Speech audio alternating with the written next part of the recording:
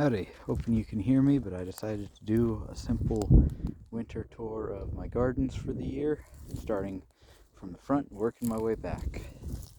First off, we've got one of my jujube trees, and there's hummingbird mint all around it, as well as some onions, perennial onions. Next up is my first Szechuan pepper tree, along with a sage. In between that is a gummy berry for nitrogen fixing and a kusa dogwood for ornamental and fruit.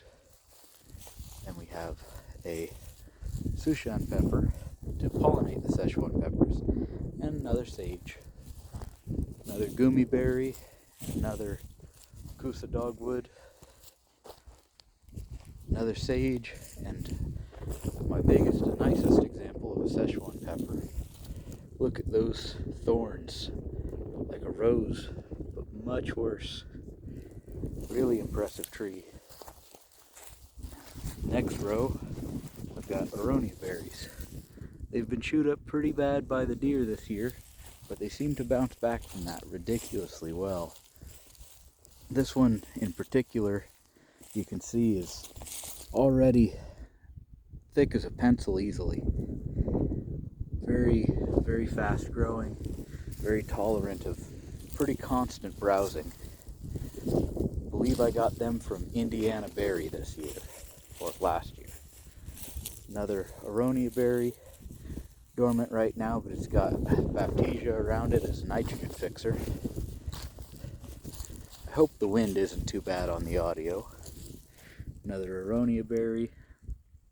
This one has a woody baptisia right here as its nitrogen fixer. The next row, this is where we're starting to get into almost everything being well mulched, but another hummingbird mint and a jujube. This one appears to have gotten a little bit of winter damage, but overall it looks quite well. They're a desert adapted plant, but they handle the cold shockingly well. Right over here, we've got a green gauge plum and a cat mint, cross between catnip and mint. Very pretty flowers, the bees love it. And it blooms all year, so it gives a lot of bee food. And then, moving straight over from there, I have a Mount Royal plum with a asparagus as a companion plant, and some echinacea still sticking up above for the birds to nibble any leftover seeds all winter long. Another one on this side. And I have just these abandoned branches of the mulberries everywhere, so that the critters have something to chew on all winter long. So they don't do as much damage to my trees, but there's still some winter damage around. Right here we have, I believe, an Ann plum. It did quite well last year. Over here is a medlar tree. It's still got some little bits of leaves from last year all over it, but it looks pretty reasonably good overall. Over to the next row, we've got another green gauge plum, much bigger and healthier this one, and a blackberry, thornless blackberry. Straight across from there, this one arguably got the worst rodent damage on the bark of any tree we've got here. It's a banana apple. It's an apple with a banana-like scent, but as you can see, the critters have gotten desperate during the coldest months and chewed the bark off of it pretty badly. If it doesn't look like it's going to make it, I can try to graft some of the wood that looks quite lively onto other apple trees so that I don't lose the variety. It had some aronia berries along with it, but those have been chewed to almost nothing. And it had another asparagus as a companion plant. Straight across from it, we've got another apple. This one's a disease-resistant Macintosh. It has two sprouts coming from the rootstock here and here. And the graft is right there. So I may trim these off, or I may graft something onto them, because this tree has very crooked main branching. But along with it, there's a raspberry and another asparagus. So it's got a couple companion plants. As I keep heading over this way, we have a cherry, and all the somewhat green growth around it is all strawberries. I don't remember which cherry is which, but around it there's also going to be a white cherry, a black cherry, and one that's a bit in between. So there's quite a few varieties of cherry to pollinate each other right in this area. But as I come a little further to the side, this sad looking little twig looks like it has some winter damage towards the tip that might not come back, but it'll probably come from the root if necessary. That is a Tuna sinensis, or a Chinese mahogany. They're grown mostly as a vegetable. They smell and taste almost exactly like beef. Very, very savory plant. This little nub was a red bud. I suspect it'll come back despite being chewed down throughout the winter. Here's one of my really nice little guilds going on. This was a small pink champagne currant I got from Indiana Berry. Started out only about there, and one season has grown almost from a fingertip to the elbow. It's grown quite well, and it did produce some fruit on its first year, so I suspect a decent amount of fruit on the second year already. More strawberries around it. They're hard to spot, but there's some perennial onions. Specifically, I only have walking onions right now, but they are quite nice regardless. Alright, this is the gold cherry, or the white cherry. And it also has a honeyberry over here on its shade side. The honeyberry defoliated all summer long. I think it was just too hot here. But did my best to try to keep it watered and keep it cared for. It may come back this spring. Heading straight across from that cherry, here we have an apple tree that my dad planted. Quite large, pretty good looking overall. I wish I knew the variety, but the information has been lost. I believe it's probably a gala or something along those lines. And as a companion, it also has an asparagus, another honeyberry close enough to pollinate that last one. It has just the small remainder of a sea berry that an animal nibbled on last spring, and I took the nibbled off tip and stuffed it in the ground over here. It took root and grew quite well. It's been chewed down again this winter, but plants, I've noticed a lot of plants, especially nitrogen fixers, bounce back well from that. There's some form of currant here. I think a white currant, but I don't have a lot of information on the variety. I got it very cheaply. The tag's been pulled, but I'm pretty sure this is a red yarrow. It just says yarrow, but I'll bet it was some kind of a pretty color originally. Here's the remaining flower heads of it. We have a lot of wild white yarrow already, so I don't think I would have paid money for another wild white one. But yarrow is a great medicinal plant. I don't think it made it, but I had a yellow passion flower planted on this post. Hopefully it comes back in spring. Passion flowers always die to the ground in this climate. Another tree planted by my dad. Decent apple tree, but I don't know the variety. We're struggling very hard with different apple pest issues like codling moth. But hopefully we can get it all figured out. Another plant that's taken quite a hit is this pink lemonade blueberry, but I'm hopeful that it'll come back once things warm up. And another asparagus along with it. Carrying along straight, we have another patch of yarrow and a mountain ash pear hybrid, or Shapova pear. Fairly small, but they should produce small, hard, good storage fruit later on. And it's growing nearby a very large, very large for a first year plant, mulberry. It's an Illinois everbearing, and it has grown at least 12 feet tall in a single year. Really exceptional plant. Moving on to the next row, they've been chewed down quite badly, but I had a bush cherry right in and amongst all this. There's the bottom, bush cherry, and a Arkansas black apple that has been grazed on quite heavily, but I suspect will bounce back a lot better now that it's had a season with its roots in the ground. Speaking of, probably my most damaged apple overall, this little twig in the ground is a purple passion apple.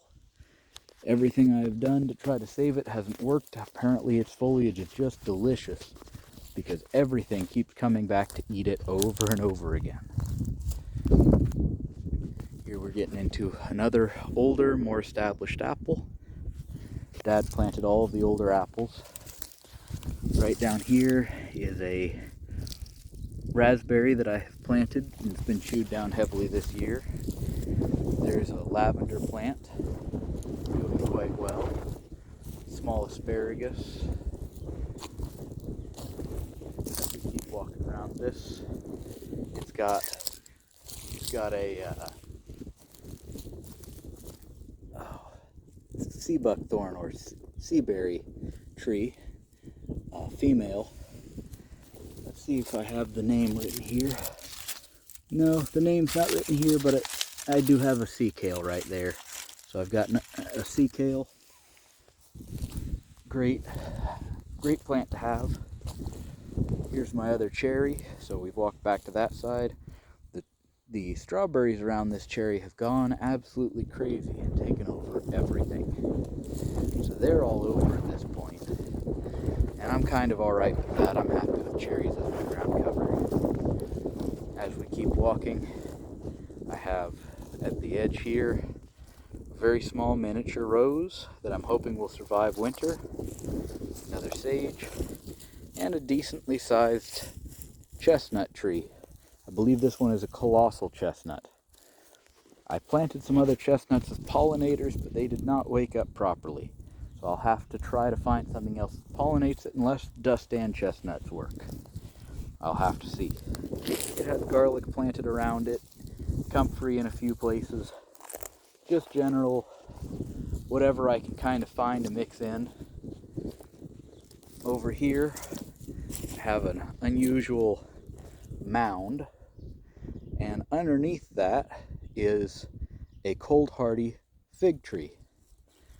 It can't survive these extreme temperatures above ground, so by burying it underneath, it can adapt and keep those branches alive through winter, where it will produce figs in a single season.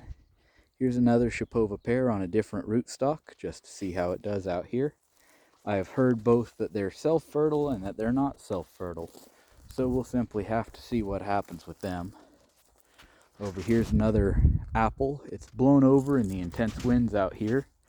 When it rains heavily this year, I plan to try to pull it back upright. Looks like next to nothing now, but right here is the remaining foliage from Myoga ginger, which is still underneath the soil there under some mulch. So there should be some Myoga ginger to come up next year. There's tons of branches of sunchokes. It's another itty bitty little currant. right in there, just a small currant. And a small thyme plant next to that tag. Doesn't have much to really show off right now though. It doesn't look too great. Alright, as we keep around this corner, here we have a bunch of onions and a cold hardy citrus. It's taken a lot of winter damage as far as I can see. I suspect a lot of these branches won't make it, but there is a lot of green growth down towards the base, so I suspect it will come back and do better. The root system on it is quite magnificent, as I've accidentally removed the mulch and found roots from it over 3 feet away in only a single season. So it may start growing pretty rapidly next up. A little further over, we've got the remnants of a bee balm plant, one of my favorite pollinator attractors. As we keep making our way around, there's the remains of a bunch of corn husks.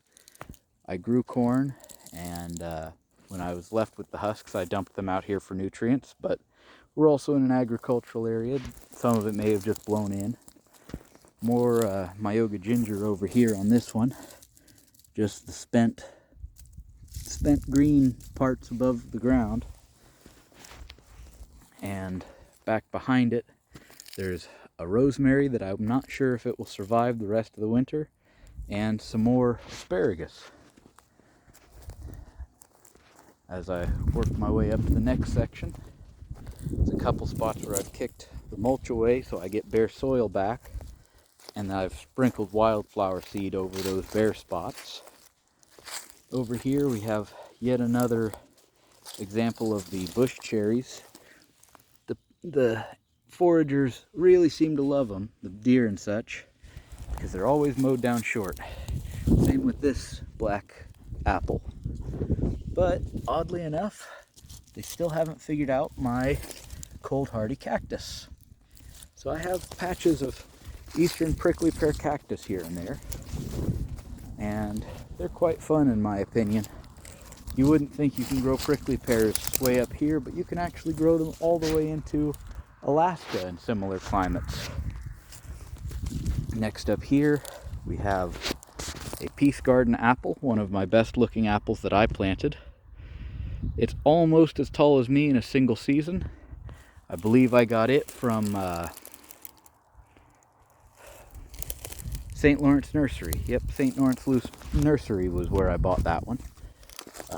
Great company to buy bare roots from, and especially if you're in very cold climates. It has some comfrey coming up early near it. A lot of these trees have comfrey on them, but they're all dormant underground right now. And it has some asparagus. Making my way over, there's yet another female seaberry right here. It hasn't been looking quite as happy with me, but it does still appear to be alive. And let's see, there's another sea kale plant here, a very small one. But I've tried to plant a couple of them all around. Another apple tree here, bee balm growing on it.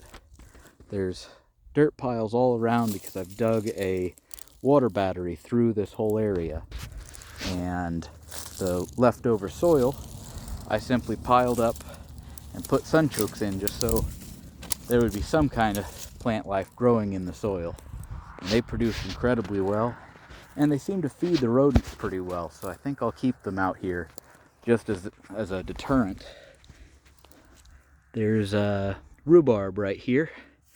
It's got a couple little bitty buds still coming through despite the cold, but rhubarb is an incredibly cold tolerant plant and great for shading the earth and nutrient accumulation. As I come around here, there's another fairly large sea kale, a very small stub where my male seaberry has been eaten to the ground. It seems that the male seaberries are extra delicious because they get eaten right away here. Next up, one of my last ones that I put in last fall. This is a serviceberry. It's I believe it's all worn away, but I believe it's an autumn brilliance. It's quite tall. It's got an echinacea that didn't bloom last year, but it's dormant under the soil about there, and a comfrey plant right up against it there. So it has a little bit of companion planting, but I'll likely bring some onions and other things over to it as it grows a bit older. Now we're getting to the edges of the main orchard. Over here I have some dust-stand chestnuts that were on clearance over at Rural King, and some kitty cats that live in the barn. They're wild. We put out some food for them though, and they help with some rodent issues, so I'm happy to have them. Here we have a simple pond I installed. It's frozen in winter, of course, but I've got more cold hardy citrus planted around it, and it seems to be doing far better over here by the water. More apple trees. There's my oh, I forget what that thing's called, but helps lift and turn the soil, aerate the soil without completely messing it up. Here I have a hugelkultur mound where I have placed prickly pear pads. They look pretty miserable in winter, and they break apart a lot, meaning that basically you get as many clones as you could ever ask for off this one plant, because it's always breaking apart and rerooting itself everywhere. Each clone you make takes about a year to establish, and then it will flower and fruit the very next season. Next up, I'm going to power walk us to the nut orchard, which is a little ways away because you may know most of these varieties don't handle juglone all too well. Juglone being the poison that walnuts, and to a lesser extent, are put in the ground by shagbark hickories and things like that. Pecans. They do it so that they can push out competition. Over here, there's a much smaller amount of space because I couldn't afford very many nut trees. But here's a shagbark hickory in winter. These growth buds look almost flower-like to me. They, sorry, I just realized I think I've had a foggy edge or a foggy film this whole time. Yeah, maybe that was it. They look a lot like flower buds, but those are the actual starts for the plant. I have some grafted pawpaws out here that the animals made quick work of chewing down, but hopefully they are going to come back. Right here in the middle I have a thornless honey locust grown from the seeds of a known variety. So I think it's a seedling from one of Hershey's improved plants. Over here I have a heart nut grafted onto a black walnut, and that's pretty much all the rest of what I have out here. I've got two varieties spaced out throughout the area and spaced out between each other to prevent any cross-pollination issues. But if the graft union survives winter, I should have quite a few very happy walnut trees. Another one right there. Fortunately, in between these two, I have yet another thornless thornless honey locust, but it has been trimmed down short by the critters. They're mainly grown as a forage tree and a nitrogen fixer, so it's no shock that things are eating it. Here's the last walnut. That bud certainly looks alive to me, so hopefully they all pull through. Alright, I know that's my first video, definitely a very clumsy, terrible video, but for those really wondering what I'm growing, that's a good enough start to give you an idea. There's lots more out there, but it's dormant, and I didn't think of them because of that. So, thank you for watching.